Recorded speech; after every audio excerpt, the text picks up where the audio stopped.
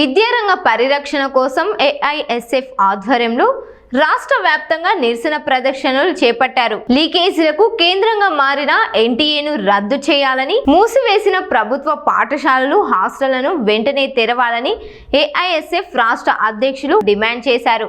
Pending లో ఉన్న fee reimbursement, scholarship బకాయిలను విడుదల చేసి ఖాళీగా ఉన్న ఉపాధ్యాయ, అధ్యాపక పోస్టులను భర్తీ చేయాలని కోరారు.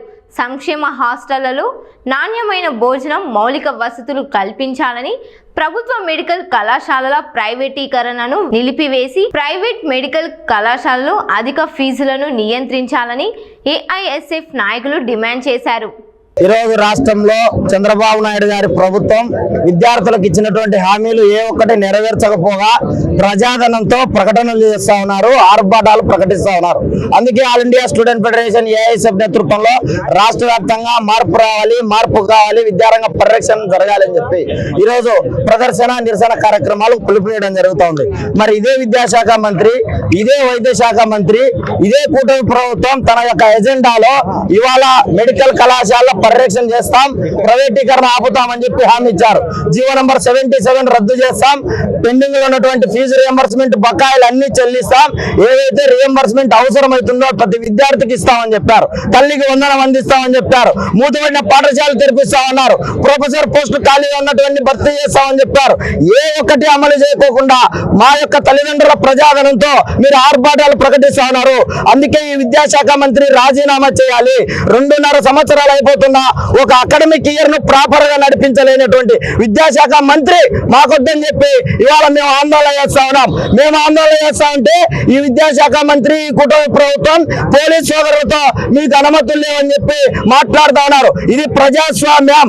ఈ ప్రజాస్వామ్యంలో పదవులు ఇస్తే మీరు అది రాజరిక పాలన లెక్కన ఇవాళ మీరు అనుమతులు లేవని చెప్పి నిరాకరణిస్తే అది చెల్లుబాటు కాదు. ప్రశ్నించడానికే అఖిల భారత విద్యార్థి ఫెడరేషన్ ఏఐఎస్ఎఫ్ ఉంది. ఆ విధంగా జంజీ పోరాటం ఢిల్లీలో ఏ విధంగా జరిగిందో ఆంధ్ర రాష్ట్రంలో కూడా అదే స్ఫూర్తితో ముందుకు తీసుకెళ్తాం. మీ యొక్క అధికారాన్ని కిందికి దించుతాం. రియంబర్స్మెంట్ బకాయిలు ఏమంటే నీ ప్రభుత్వం దగ్గర డబ్బులు లేవు. 77 రద్దు చేయమంటే నీ ప్రభుత్వానికి చెల్లుబాటు కాదు. ఎస్సీ, ఎస్టీ, బీసీ విద్యార్థులకు డబ్బులు ఇచ్చి, సొంత భవనాలు ఇచ్చి పౌష్టికాహారం అందించమంటే నీ యొక్క కాంట్రాక్టర్లకు అమ్ముతా ఉన్నావు. కాబట్టి ఏ ఒక్కటి అమలు చేయకుండా నువ్వు యూనివర్సిటీల్లో ప్రొఫెసర్ పోస్ట్ భర్తీ చేయకోకుండా మేము విద్యార్థులకు శాస్త్ర సాంకేతిక రంగాల పరంగా అభివృద్ధి చేస్తామంటే నీ యొక్క దొంగ మాటలు చెల్లవు. మెడికల్ కళాశాల పరిరక్షణ చేస్తున్నావు, ప్రైవేటీకరణ చేస్తా ఉన్నావు. ఇవాళ మెడికల్ కళాశాలను అభివృద్ధి చేయకోకుండా నీ అనుయాయులకు అమ్ముతావు. అందుకే నీ యొక్క మాయ మాటలు నమ్మే పరిస్థితుల్లో ఆంధ్ర రాష్ట్ర ప్రయాణికులు, విద్యార్థులు, యువత లేరు. ఆ విధంగా నీ యొక్క మాయ మాటలను, నీ అధికారాన్ని కిందికి దించేందుకే మేము పోరాటం చేస్తామని చెప్పి సందర్భంగా హెచ్చరిస్తా ఉన్నారు.